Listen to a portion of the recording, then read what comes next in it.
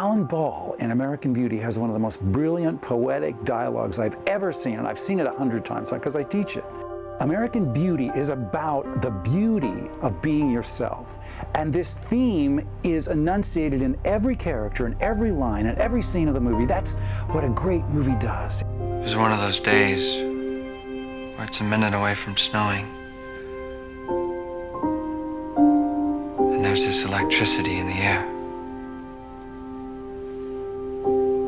You can almost hear it, right?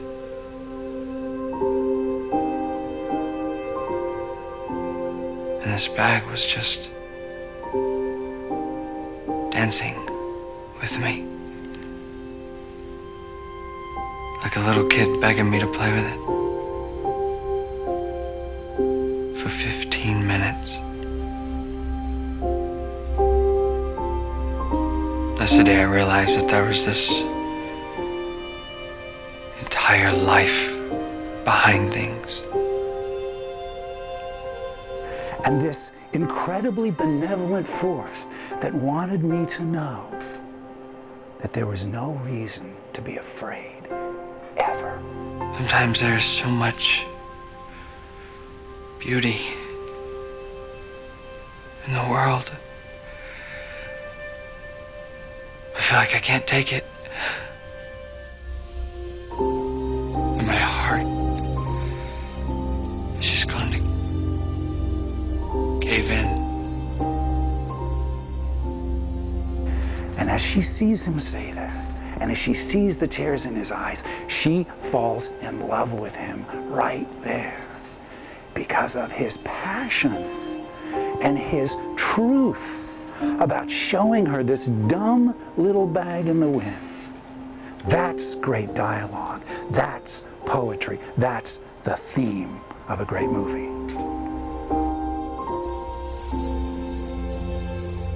There are a lot of great lines of dialogue in film, but one of my favorite scenes comes from that neo-noir classic of the Hollywood Renaissance, Chinatown. And it's the scene where Private Eye Jake Gittes first meets opponent Noah Cross. How do you do? It's a brilliant example of restricted narrative where the writer Robert Towne has to develop the opponent, the character of the opponent, without telling us that he's the murderer Jake is seeking all along. You've got a nasty reputation, Mr. Gittes. I like that. Thanks. If you were a bank president, that'd be one thing, but in your business, it's admirable, and it's good advertising. Doesn't hurt. It's why you attract a client like my daughter. Probably. But I'm surprised you're still working for her, unless she's suddenly come up with another husband. No. She happens to think the last one was murdered. How'd she get that idea? I think I gave it to her. Mm-hmm. I hope you don't mind. I believe they should be served with the head. Fine. As long as you don't serve the chicken that way. Tell me, what did the police say? They're calling it an accident. Who's the investigating officer? Lou Escobar. He's a lieutenant. You know him? Oh, yeah. Where from? We used to work together in Chinatown. Would you call him a capable man? Very. Honest? As far as it goes. Of course, he has to swim in the same water we all do. Of course, but you've no reason to think he's bungled the case. None. That's too bad. Too bad? Disturbs me. It makes me think you're taking my daughter for a ride. Financially speaking, of course. What are you charging her? My usual fee. Plus a bonus if I get results. Are you, sleeping with her? Come, Mr. Gittes. You don't have to think about that, remember, do you? It's a nexus of all the motifs in the film, including the Oedipal echoes of incest, which again come out from the questions about the girl and sleeping with the daughter, of seeing and blindness, which tie into the mise-en-scène. If you watch what happens with the eyes and the eyeglasses, the bifocals in the scene. Chinatown itself as a metaphor for, as Noah says in the scene, for a place where you may think you know what you're dealing with, but believe me, you don't. And on top of that, it also brings in the issue of the water fraud that's behind all the murders. So even a seemingly throwaway line like, Of course, he has to swim in the same water we all do. that line, again, is anything but throwaway. It's a pebble tossed into the pond and it reverberates out. My daughter's a very jealous woman. I didn't want her to find out about the girl. How did you find out? I still got a few teeth left in my head and a few friends in town. And last of all, I would say that Robert Towne really sets up one of the best ending lines of any movie in this scene. And of course, the ending line of the movie is, Forget it, Jake. It's Chinatown.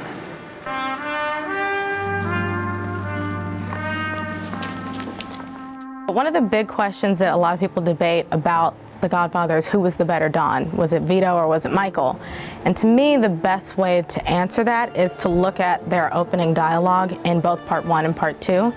So in Part 1 with Vito, Bonacera has come to him and he's asking him for a favor on the day of his daughter's wedding, and he wants him to enact justice on behalf of his daughter because the police didn't properly handle her rapist.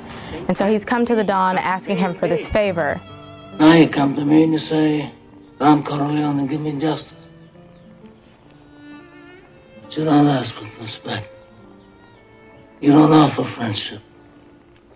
You don't even think to call me Godfather. Instead, you come into my house on the day my daughter's to be married and you ask me to do murder for money.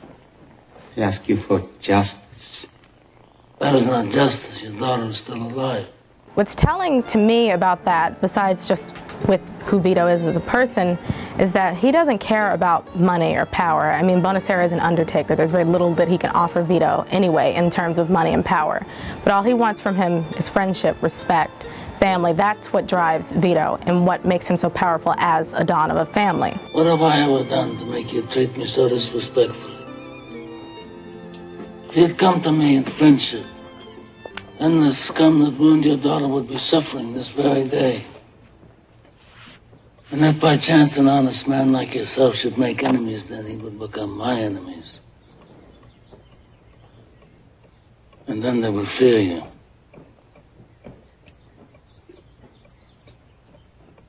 Be my friend?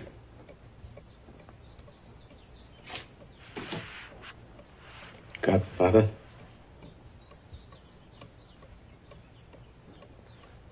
Good.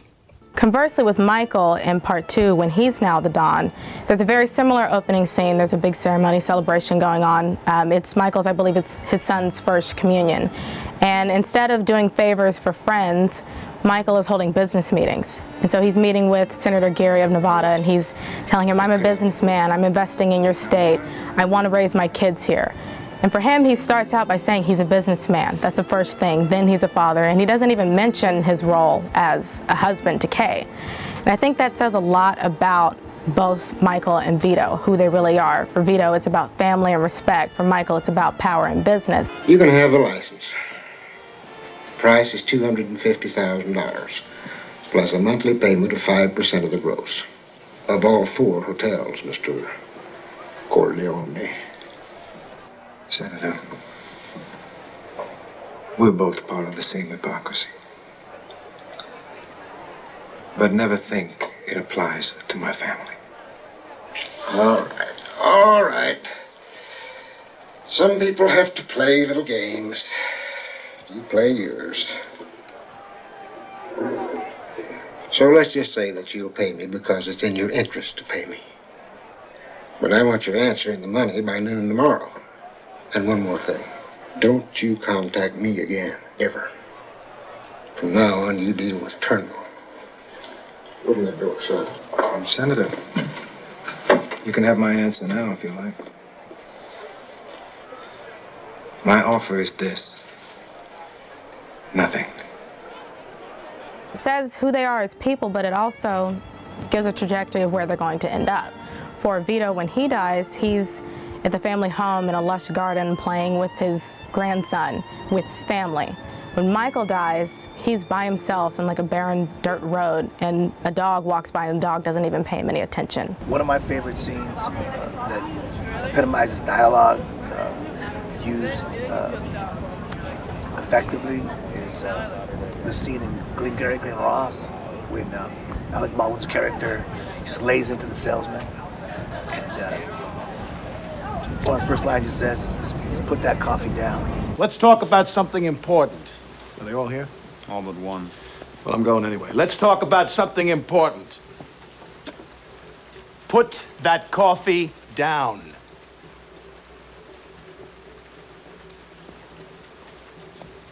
Coffee's for closers only.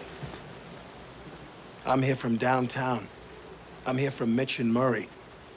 And I'm here on a mission of mercy.